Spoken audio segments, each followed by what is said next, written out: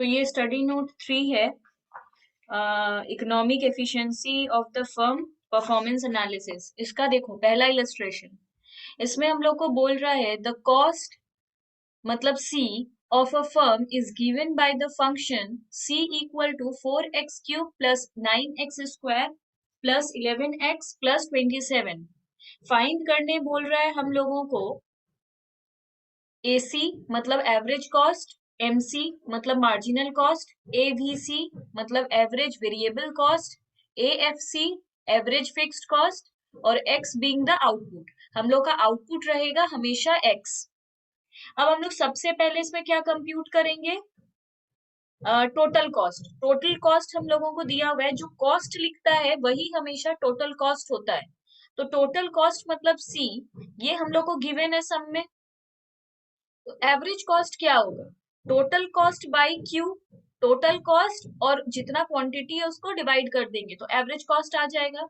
तो total cost ये है, क्वांटिटी बोल दिया था एक्स लेने के लिए क्लियरली, क्वांटिटी मतलब आउटपुट एक्स, सभी को एक्स से डिवाइड करेंगे तो सभी का एक एक एक्स कम हो जाएगा। ये 4x स्क्वायर हो गया, ये 9x हो गया, ये 11 हो गया, सबसे एक एक एक्स कट जा रहा है, ठीक है। और ये 27/x हो गया। तो हम लोग का AC कितना है, इतना, ठीक है। इसी तरह हम लोग अभी निकालेंगे MC। अब एक चीज समझना है, मार्जिनल कॉस्ट हमेशा डिफरेंशिएट करके निकलता है, जो इंटीग्रेशन डिफरेंशिएशन हम लोग का मैथ्स में था उससे। बट ये कोई टफ वाला नहीं है, एकदम इजी वाला है। हम लोग का MC का फॉर्मूला है D मतलब डेल, रियल में डेरिवेशन, हम लोग इसको डिफरेंशिएट करते हैं, D फॉर डिफरेंशिएशन, पर इसको D लिखते हैं। तो डिफरेंशिएट करेंगे हम लोग C बाई X, मतलब MC का मतलब क्या है, चेंज। एक्चुअली देखो फॉर्मूला में MC मार्जिनल कॉस्ट का मतलब ही होता है हमेशा चेंज। तो change in cost by change in quantity, change का मतलब होता है ये डेल, डेल को हम लोग डी भी लिख सकते हैं।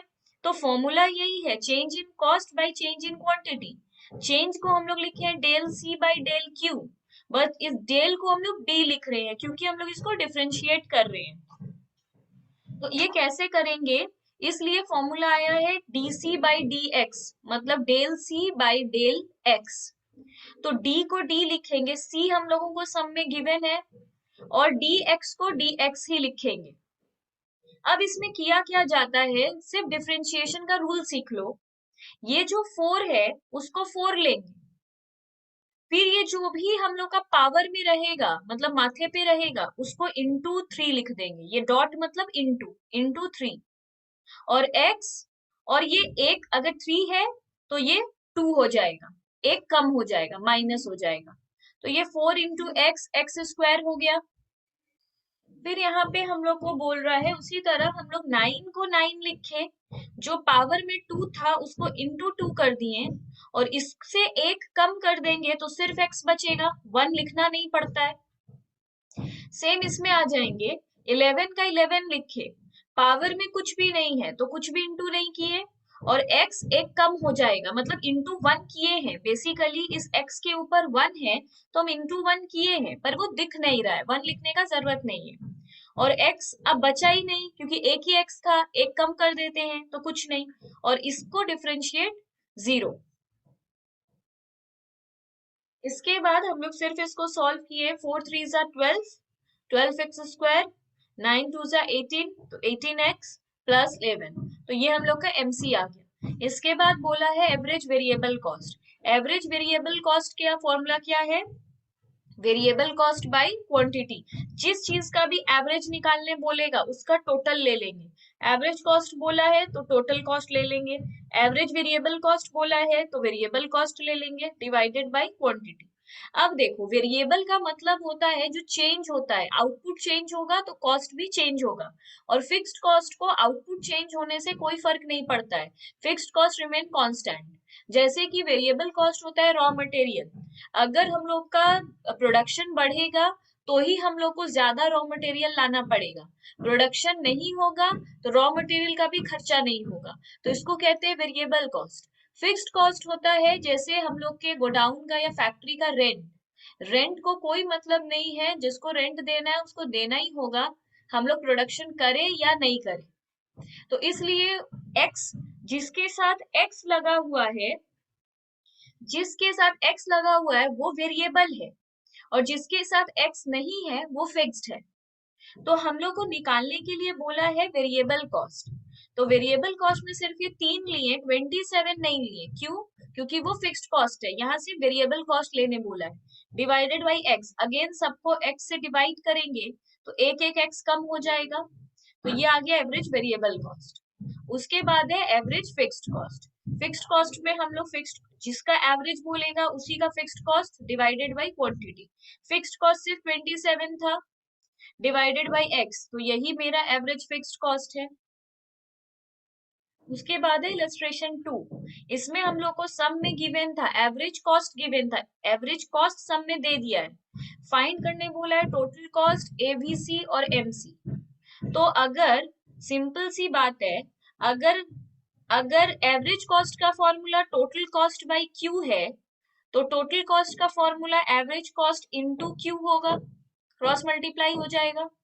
तो वही सिर्फ हम सिंपली लिखे, फॉर्मूला वही है, बार बार फॉर्मूला चेंज नहीं हो रहा है। एवरेज कॉस्ट इनटू क्वांटिटी है, तो एवरेज कॉस्ट मेरा क्या दिया हुआ है, ये जो ऊपर गिवन है सम में, और क्यू हम लोग को एक्स लेना पड़ता है, तो हम लोग इसको इनटू कर देंगे, एक्स का to the power 4 plus 12x³ minus x square, क्योंकि ये 2x हो गया, तो सिंपली टोटल कॉस्ट आ गया। एवीसी कैसे आएगा, variable cost by Q. Variable cost हम लोगों का कितना है, ये टोटल कॉस्ट है, ये पूरा ही हम लोगों का वेरिएबल कॉस्ट है। क्यों? क्योंकि इसमें कोई भी नंबर नहीं है, ठीक है। तो इसलिए हम लोग क्या लिए हैं, एक्स, अच्छा ये टोटल कॉस्ट है, ठीक है। देखो, इसमें बोला है वेरिएबल कॉस्ट लेने के लिए, ये टोटल कॉस्ट है, ठीक है। हाँ, तो ये जो टोटल कॉस्ट है ये पूरा ही वेरिएबल है, क्योंकि इसमें कुछ भी फिक्स्ड नंबर नहीं है, तो मतलब ये पूरा ही वेरिएबल है। तो ये हम लोगों का x to the power 4, 12x³ और ये, तो हम लोगों का इसको x से डिवाइड करेंगे तो क्या आएगा, x³, 12x² और 11x। ये हम लोग का आ गया एवरेज वेरिएबल कॉस्ट। उसके बाद बोल रहा है मार्जिनल कॉस्ट। मार्जिनल कॉस्ट का फॉर्मूला है डीसी बाई डीएक्स। तो हम लोगों का डी, अब सी लेना है, सी मतलब टोटल कॉस्ट जो अभी हम लोग निकाले थे, तो वो हम पूरा ले लिए, डिवाइडेड बाई डीएक्स। अगेन इसको डिफरेंशिएट करेंगे, जो पावर में होता है वो नीचे उतर जाता है, और x³ हो जाएगा क्योंकि एक कम जाएगा, प्लस ये 12 का 12 रहेगा, पावर में जो 3 है वो 3 हो जाएगा, x² और माइनस 11, 11 और 2 नीचे उतर गया, x सिंगल बच गया। इसको सॉल्व किए तो ये आंसर आ गया। अब आता है इलस्ट्रेशन 3। इलस्ट्रेशन 3 में बोल रहा है the cost function of a firm is given by c equal to, तो हम लोग को c सम में दिया हुआ है,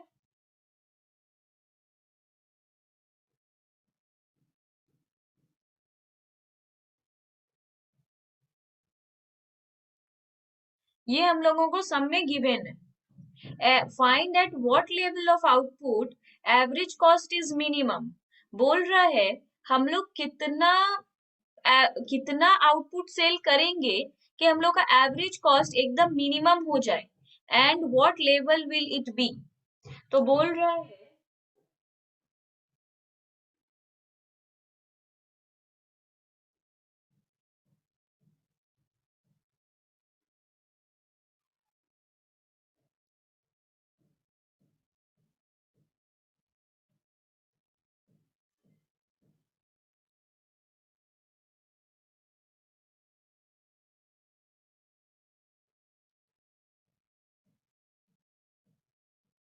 तो अगेन सबसे पहले हम लोग किस पे फोकस कर रहे हैं, सी सम में दिया हुआ है, ठीक है। कितना आउटपुट बनाएंगे कि हम लोगों का एवरेज कॉस्ट एकदम मिनिमम आए, एकदम कम आए। तो एवरेज कॉस्ट इसके लिए पहले निकालना पड़ेगा, तो निकालो।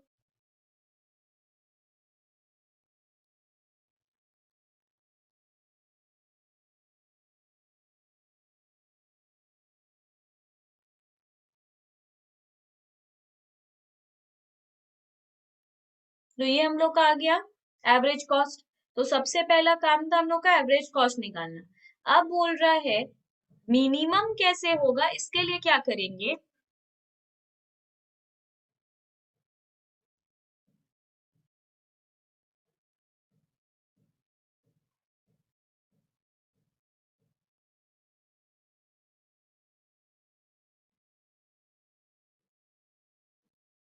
तो हमेशा हम लोग डी वाई बाई एक्स हम लोग जीरो ले लेंगे। डी वाई क्या है, यहाँ पे डिफ्रेंशिएट करना पड़ेगा। जब भी कभी भी बोलेगा कि कॉस्ट मिनिमम कैसे आएगा, ये वाला चीज मैक्सिमम में कैसे पहुंच जाएगा, तो हमेशा हम लोग डिफ्रेंशिएट करेंगे।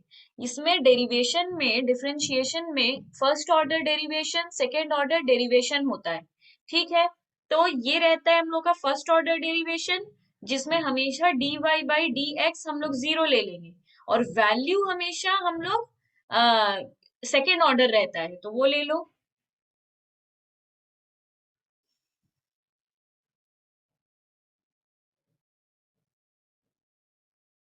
ये हम लोग का सेकेंड ऑर्डर डेरिवेशन होता है। तो फर्स्ट ऑर्डर डेरिवेशन हमेशा ही d Y by D x equal to zero होता है, और उसका वैल्यू निकालने के लिए डी स्क्वायर वाई और डी एक्स स्क्वायर हमेशा ही ऐसा हम लोग कर लेंगे। ठीक है, तो इसका मतलब क्या होगा,